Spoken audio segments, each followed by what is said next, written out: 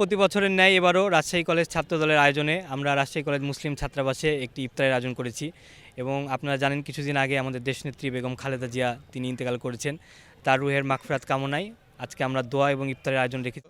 বাংলাদেশ জাতীয়তাবাদী ছাত্রদল রাজশাহী কলেজ শাখার পক্ষ থেকে সাধারণ শিক্ষার্থীদেরকে নিয়ে আমাদের সাবেক প্রধানমন্ত্রী বেগম খালেদা জিয়ার রুহের মাগফিরাত কামনায় আজকের এই দোয়া আমরা দান খয়রাত করতে পারবো।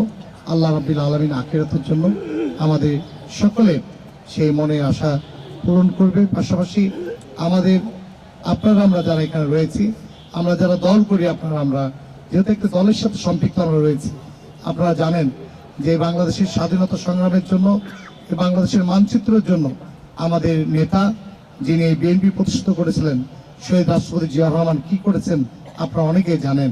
আপনারা জানেন বিগত ৪৫টি বছর আমাদের নেত্রী যিনি আপোষহীনভাবে এই বাংলাদেশের সার্বভৌমত্বের জন্য এবং বাংলাদেশের জনগণের জন্য যিনি কখনো কারোর সাথে আপোষ করেন নাই, তিনি দিনের সংসার, তিনার পরিবার এবং তিনার সন্তানকে যিনি বিসর্জন দিয়েছেন, সে আমাদের প্রিয় নেত্রী, আমাদের মা, যিনি গণতন্ত্রের মা, আপোষহীন দেশনেত্রী।